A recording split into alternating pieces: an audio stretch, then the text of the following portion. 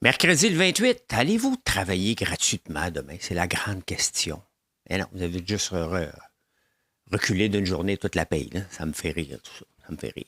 Arrive Cannes, on va parler, il y a des nouvelles. À tous les jours, je pense qu'il va y avoir des nouvelles sur Arrive Cannes. On va parler de ça. L'essor des podcasts, je vais vous parler d'Olivier Primo, puis il y en a d'autres. Très intéressants. La Caisse des dépôts qui coupe. Ben, regardons ça. Est-ce que le gouvernement devrait faire pareil? Il y a Barry Galibo qui coupe. Il y a Expedia qui coupe.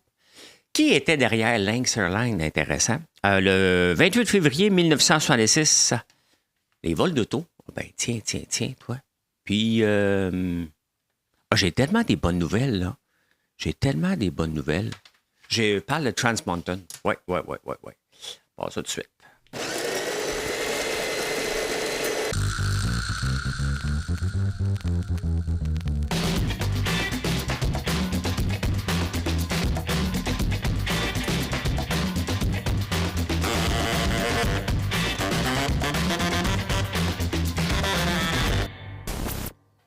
Si on était l'été, on appellerait la température actuelle une canicule. C'est quand même épeurant pour le temps des sucres, hein? Parce que le temps des sucres, on a besoin du gel, des gels.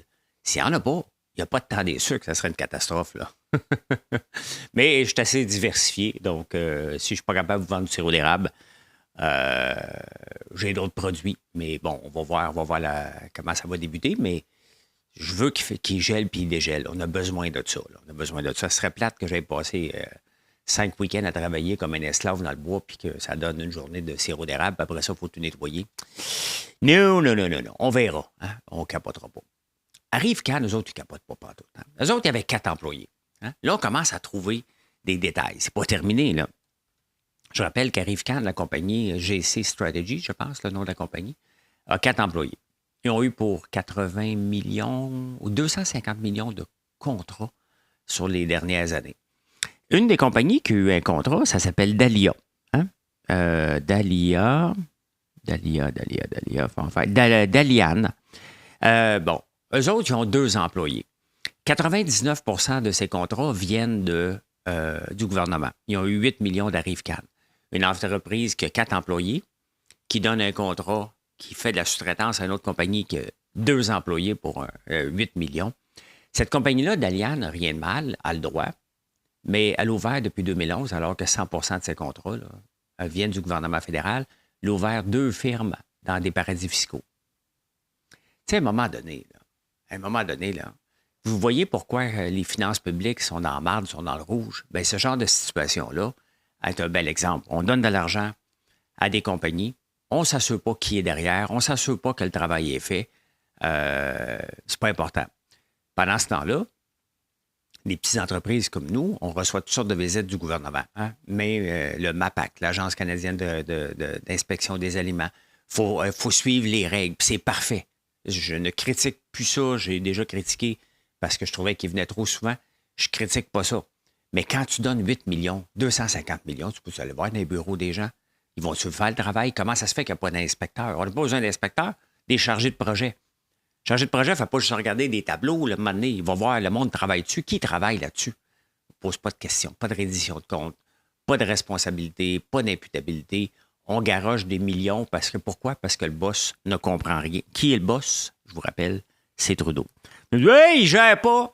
Ça part de lui. Lui, il gère un ministre qui gère un sous-ministre. Le nœud est dans la branche est dans l'arbre. L'arbre est dans ses feuilles, maridon, maridé. L'arbre est dans ses feuilles, maridon, dondé. Prends une transition pour continuer les nouvelles. Tu sais, dernièrement, j'ai parlé de ceux qui s'achètent des portes, des jeunes, des moins jeunes, qui se font croire que c'est bien d'avoir des portes. Il faut avoir des portes. Combien de portes que t'as, toi? Il n'y en a pas. Hein? J'ai juste ma porte de maison. Il y en a 3 pour rentrer. Hein? J'en ai 5 avec le chalet, tiens. Mais qu'il faut avoir les moyens d'opérer un bloc. C'est bien de pouvoir l'acheter. Si tu l'achètes extrêmement serré, si tu n'es pas capable d'opérer, tes locataires vont vivre dans un taudis, tu ne seras pas capable de l'entretenir. Hein? Bien, c'est exactement ce qui arrive aux sociétés de transport au Canada. Ils ont eu des subventions à acheter des autobus. Acheter des autobus, c'est gratis. Subvention à tout le monde. On achète des autobus. Les autobus. As-tu des autobus électriques? Oui, j'en ai, m'en prendre 3-4. OK, parfait, on a des autobus électriques. Ouais. Là, ils viennent pour les opérer. Du coup, là, pas de gaz, pas d'électricité pour mettre là-dedans. Hein. Je rappelle que le nouveau garage à 900 millions doit être rendu à peu près là. La STM, il n'avait pas prévu autant de bornes électriques. Fait que 2000 autobus qu'on a achetés, qu'on ne peut pas opérer. Qu'est-ce que dit Équiterre? Il faut mettre plus d'argent pour subventionner le transport, parce que là, il y a de l'argent pour acheter, il n'y a pas d'argent pour opérer. Non, le but, là, n'est pas... Le but, c'est de couper. Hein? Je vais en parler un peu partout dans le show ce matin. Là. Toutes les entreprises coupent dans le gras, dans la non-efficacité. C'est là que tu vas avoir des gains. Après ça, tu mets le service gratuit. Tu coupes dans tout le service de billetterie. Hein? Et tu le rends encore plus loin, si tu veux le rentabiliser, tu le fais en sous-traitance. Paris s'en vient que ça, 2025 après les Olympiques. Hein? Oui. Donc, t'as plus de structure. Puis vous allez capoter. Ben non, pas. Hey, ma ligne là, sur le Côte-Sainte-Catherine ne peut pas être donnée à la sous-traitance. Ils n'offriront pas de service. Je vous rappelle que les vidanges sont faites souvent par sous-traitance et toutes les routes du Québec sont à peu près déneigées par les sous-traitants aussi. Ça fait longtemps que ça se fait partout, ça. Hein? Voilà. En parlant de déneiger, là, votre déneigeur cette année, là, il roule-tu sur l'or rien qu'un peu, hein? Le mien aussi, tabarnak, payé. Pourtant, je l'ai vu. Il avait investi dans dans un nouveau tracteur pour déneiger. Hein? Il est-tu encore flambant neuf, il est parké, puis il chaîne. Hein? Ah oui, pas de neige, pas de neige. Ben, des fois, il en arrache, puis des fois... Regarde, l'année prochaine, s'il arrive pour nous foutre une augmentation de tarifs, parce que ça coûte cher, on va dire, hey, l'année passée, tu n'as pas travaillé pour ton argent. C'est comme ça. Hein? Tu as des contrats fermes, mais c'est comme ça. Un peu de controverse vis-à-vis de l'Ukraine et je suis divisé par rapport à ça. Je trouve qu'on envoie trop de l'argent sans s'impliquer. On fait juste pomper de l'argent, pomper des équipements. Il y a une job pour vous autres en passant tantôt. Peut-être pas pour tout le monde, je vais vous en parler dans les insolites. Là. Mais Macron a dit, ce serait peut-être le temps qu'on envoie des troupes en Ukraine. Et là, le monde capote sur les réseaux sociaux. Hein? Tu vas en générer la guerre avec Poutine. Il faut qu'on trouve une solution. On ne peut pas continuer à pomper de l'argent à l'infini. Je vous en parle depuis 1949. C'est en 1949 le premier article de journal que j'ai trouvé dessus, mais il y en a peut-être d'autres avant, là, qui se battaient déjà la Russie puis Moscou. Donc, il faut qu'on trouve une solution. Est-ce que la solution est qu'on envoie des troupes? Est-ce que la solution, c'est d'attendre que Poutine meure et on fait le mort, nous autres aussi, d'ici ce temps-là? Il faut qu'on trouve quelque chose. Les pays n'ont juste plus d'argent pour envoyer des milliards sans cesse à l'Ukraine. Et c'est une tristesse, là, mais c'est une réalité aussi. Hein? C'est une réalité. Donc, est-ce que Macron a raison? Il y a quelque part un peu raison. Il faut qu'on trouve une solution. Et juste envoyer de l'argent, ça ne marche pas. Ça fait 2 ans que ça ne marche pas. Là. Donc, voilà. Hein? Voilà. Ben écoutez, on s'en va au Québec. Colin. Tu enchaînes ce show-là, là?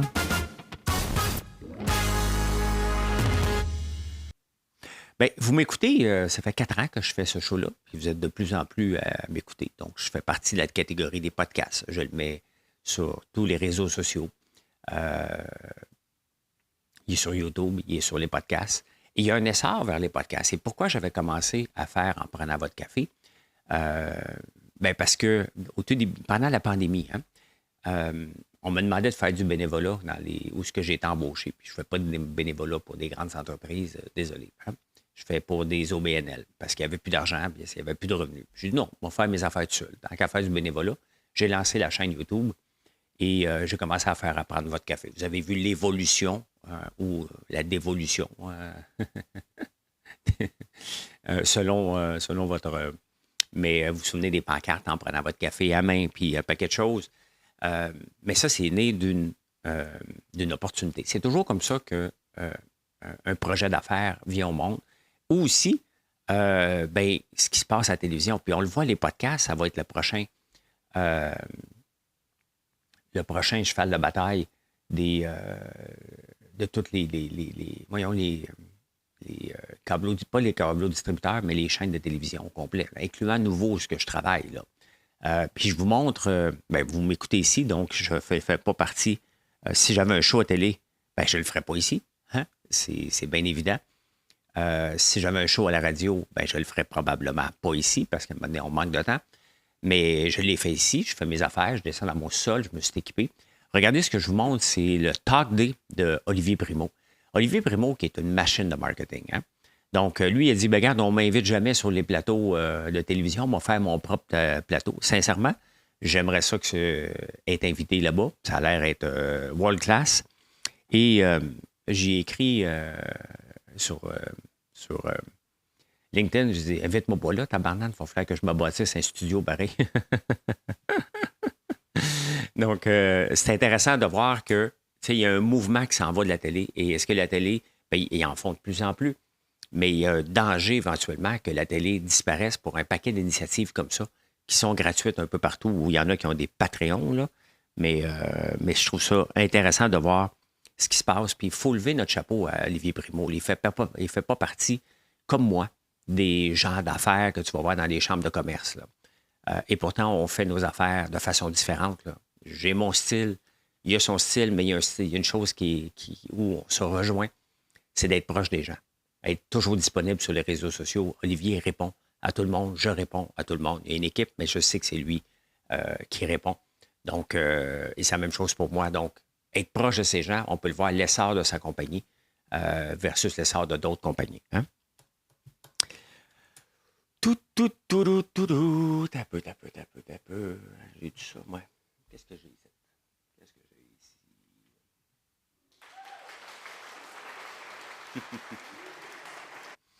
Ben, c'est à peu près ce qui se passe des rires en canne sur les réseaux sociaux vis-à-vis de la semaine de relâche qui arrive avec les profs.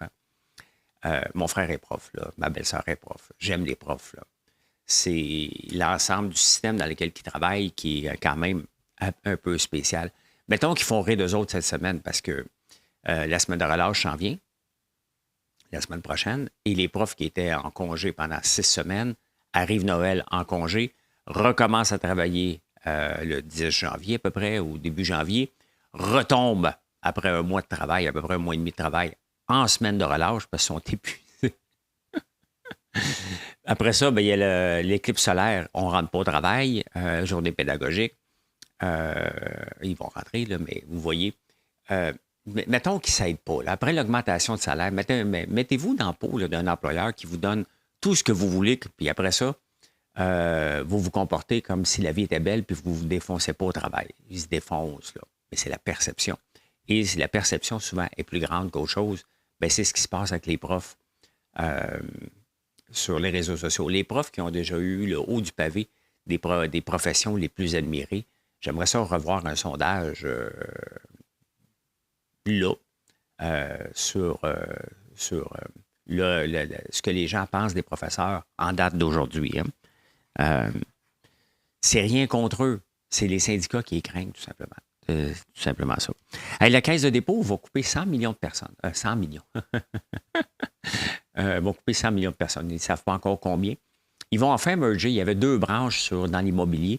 Puis ils vont couper puis enlever les structures inutiles. C'est le mot, vous allez voir tantôt. J'ai décidé d'en parler ici parce que j'en parle souvent ici et c'est notre bas de laine qui sous-performe. Hein? Qui sous-performe. Il ne faut pas être content d'un 7 peu importe les raisons. Quand le marché nous en a donné 17, je ne dis pas de copier le marché, mais il y a des moyens de faire des placements différents. Si les placements que la Caisse de dépôt fait nous amènent à un 7 alors que c'est notre bas de laine. Notre bas de laine, ça veut dire notre fonds de pension. Ça veut dire que lorsque vous prenez votre pension 65 ans, l'argent vient de la Caisse de dépôt pour le Québec. Okay? Je sais que je dis OK pas mal souvent. Il faut aller ici, là. Mais imaginez-vous qu'ils sont capables de rapporter du 15 au lieu du 7 Ça voudrait dire que si les coffres étaient pleins et on était débordés bien raides, ils pourraient peut-être augmenter ce qu'on donne à la retraite. Tout simplement, là, c'est ça que je blâme, là, parce qu'à la fin, là, on va avoir plus d'argent. Moi, quand je travaille mes placements actuellement, quand je travaille mon CELI, quand je travaille mon REER, parce que ça se travaille de gérer nos placements, bien, je pense à ma retraite. Et je m'assure que je vais en avoir le maximum pour en profiter. Je ne sais pas si un jour je vais en profiter ou mes enfants en profiteront. Je vous dis, moi, si j'ai décidé de ne pas prendre ma retraite, ça m'appartient. Mais j'ai espoir à un moment donné de dire, fais rien. Tu sais, tu m'appelles, François, qu'est-ce que tu fais? Rien. T'es à la retraite. Es-tu heureux? Oui, oui. Ça m'arrive de rien faire, ce qui est impossible aujourd'hui. Donc, c'est ça. Quand la Caisse de dépôt n'offre pas des rendements, c'est éventuellement une proposition d'augmenter les fonds aux personnes âgées. Les personnes âgées qui n'ont pas d'argent dans les REER ou ailleurs, vivent pauvrement, bien, c'est ça. C'est ça que ça veut dire, la différence entre un 7 et un 17. Multipliez ça par quelques milliards, vous allez voir la grosse différence. Hein? Donc, oui, ben, une bonne affaire qui coupe. Maudite bonne affaire qui coupe. Coupez-moi ça. Ben non, ça ne sert à rien. Tu sais, c'est des employés qui ne servent à rien qu'il y ait des doublements. Je n'ai pas de dédoublement. Moi, je n'ai pas les moyens.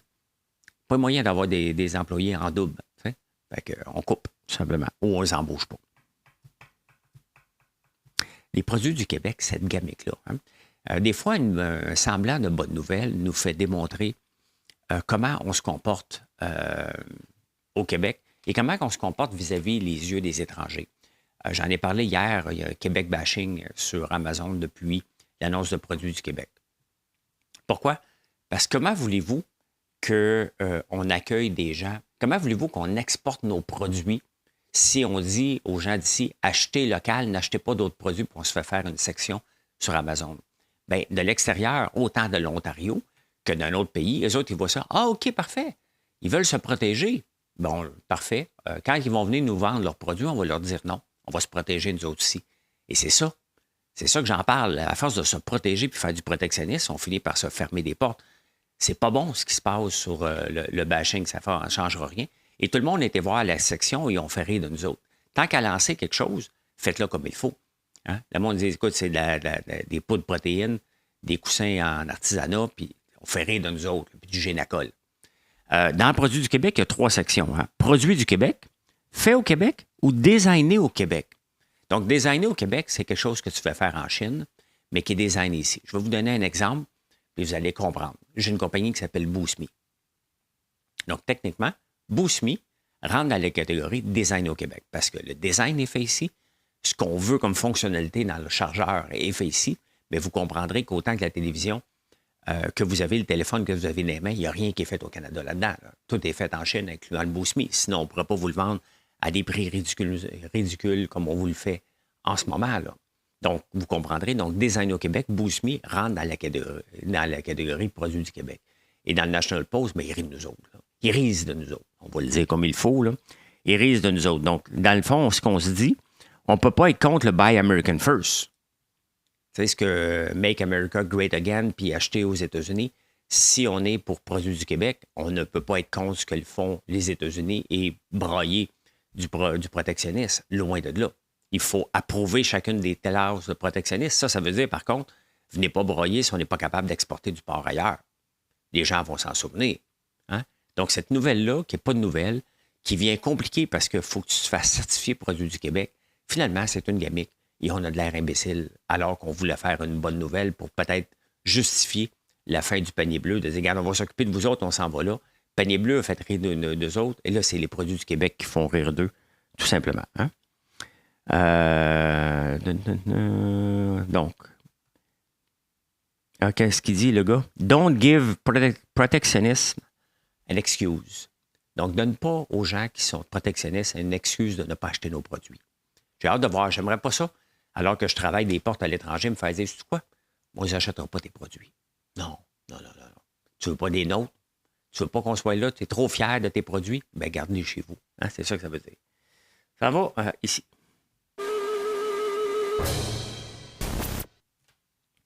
Je vous amène le 28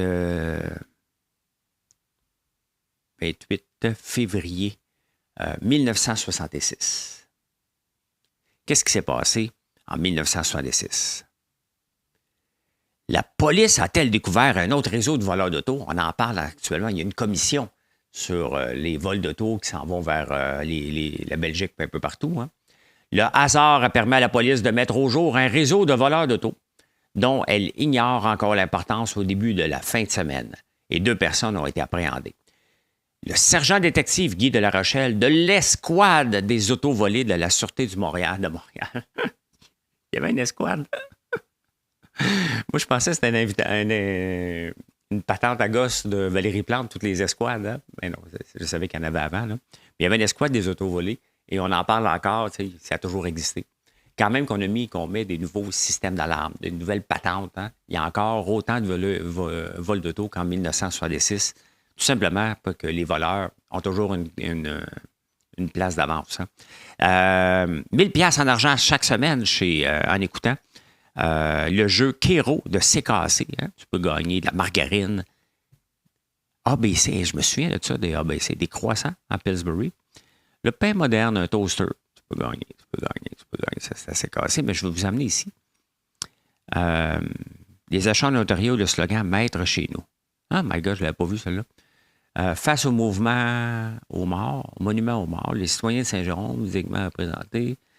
L'achat local, on en parlait aussi en 1966, toujours pareil. Ben écoutez, je vous parle souvent d'apprendre 2 langues pour l'Alzheimer. Hein? J'en ai parlé la semaine passée. Ben, en 1966, hein, même chose. Quelque chose de neuf est venu s'ajouter récemment au débat sur le bilinguisme et le biculturalisme. Les bilingues sont plus intelligents. Hein? Le Québec se doit d'être bilingue si on veut être aussi intelligent que le reste du Canada.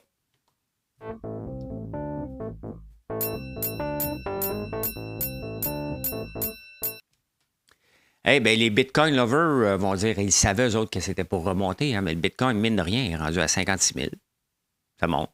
Pourquoi ça monte? Les ETF ont déjà ramassé des milliards de dollars, tout simplement. Donc, les gens mettent de l'argent dans des ETF, là, des fonds transigents en bourse, comme moi je fais. Hein?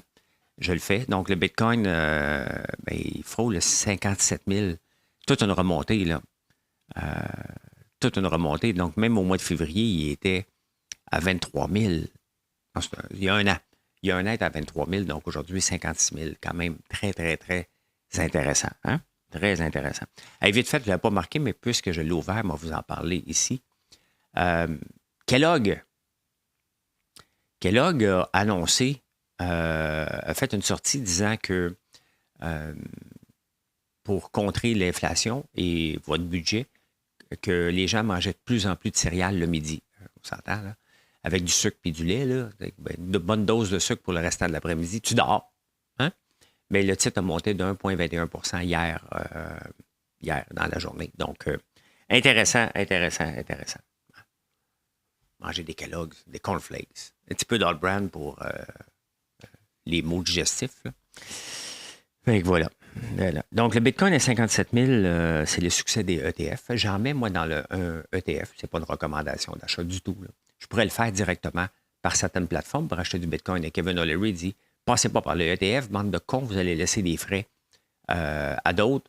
Ben, j'aime mieux laisser des frais à quelqu'un qui est reconnu, qui est protégé par les institutions, par le gouvernement. Ça ne veut pas dire que vos fonds sont protégés. Ça veut dire que le risque d'avoir des crocs est moins élevé. Je dis bien moins élevé. Que toutes les plateformes où ce qu'on s'est tout fait avoir à peu près partout. Binance, Coinbase, FTX, tout de l'argent qui était disparu.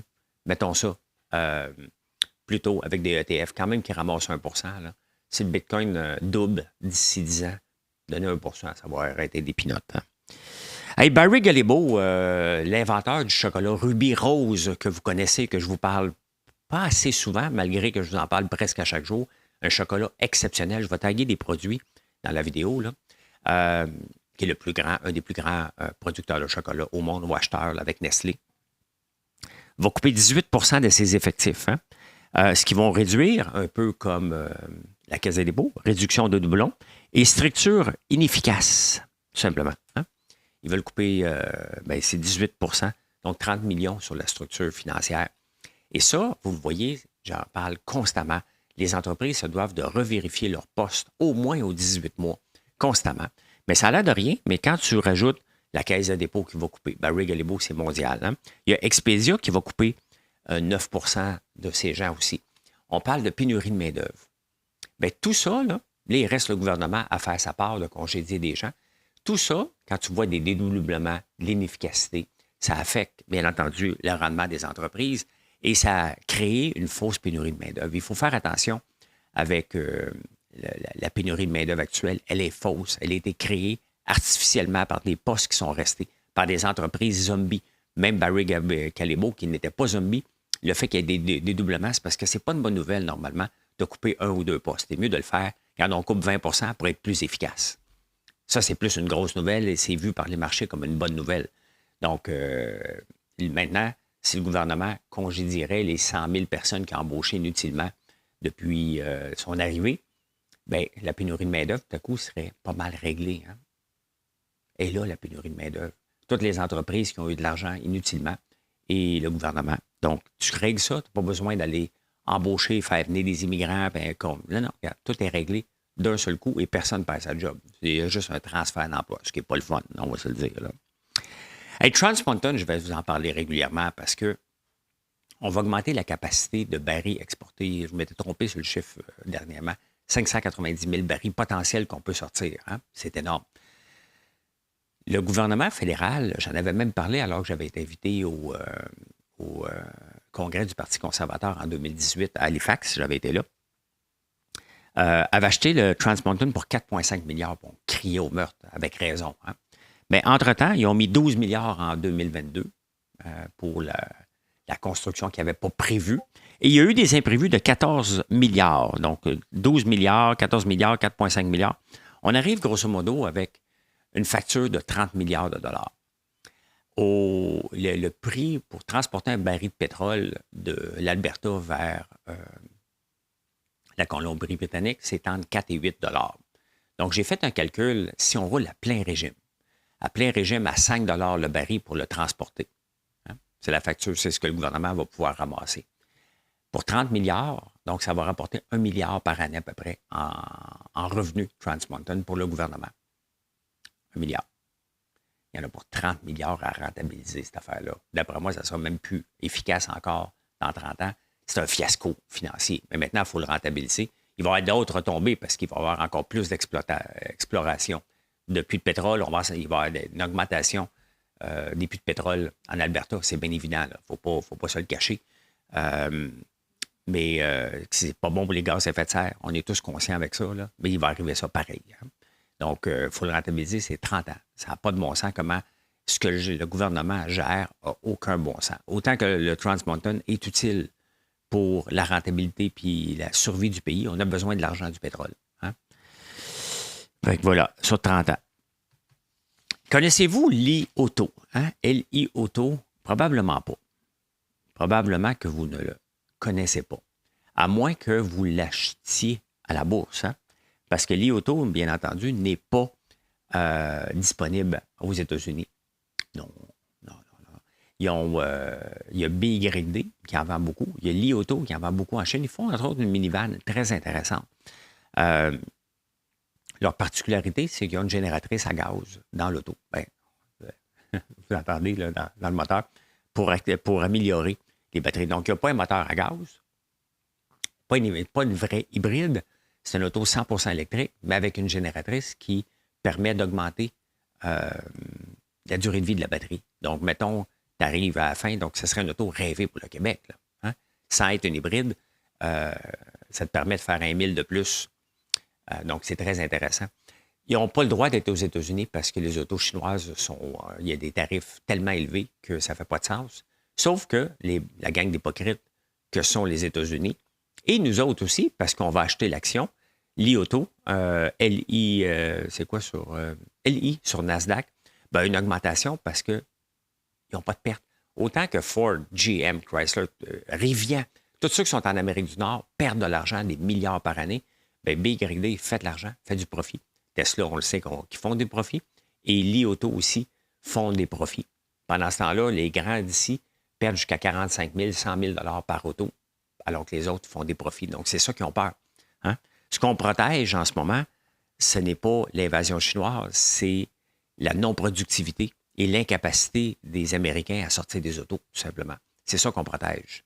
On est protectionniste. Donc, mais on achète l'action. Il y a beaucoup de gens aujourd'hui qui vont acheter l'action de Li Auto, pas parce que j'en parle, parce que ça fait les nouvelles, tout simplement. Et ils sont rentables et ils en exportent de plus en plus. C'est 100 000 par trimestre. Quand même intéressant. Hey, Lynx Airlines qui fait faillite. Dans les journaux, on dit qui est derrière ça. Il y avait Stephen Bronfman, le fils de l'autre, de Charles Bronfman, et Mitch Garber, Les deux détenaient 18 chacun de Lynx Airlines. Combien ils ont mis d'argent là-dedans? On ne le sait pas. Mais voyez, vous avez quand même qu'on a un beau parcours. Faire des placements en entreprise, c'est risqué. Et c'est pas parce que tu as déjà réussi ailleurs que tu vas être capable de réussir tout le temps. Bien, on voit la preuve. Hein? C'est quand même pas deux tout nus. Ils ont des bons placements, mais ça ne marche pas tout le temps, tout le temps, tout le temps. Donc, combien ils ont perdu d'argent là-dedans? On ne le sait pas, mais ils étaient les deux derrière ça. Ici.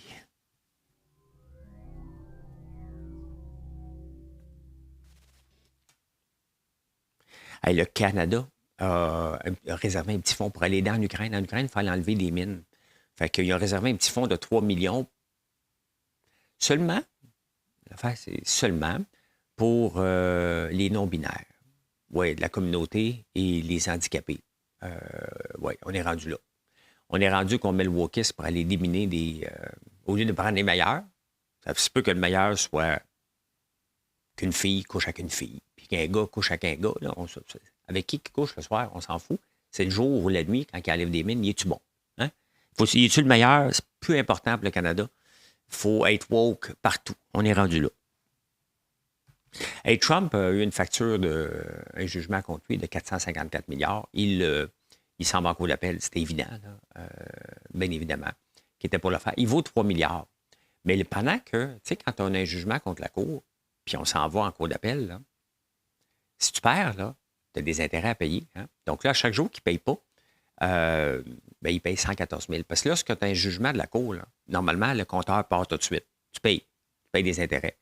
Trump a 114 000 par jour US à payer d'intérêts. Bien, c'est sûr, c'était US, il était là-bas. Hein? Et finalement,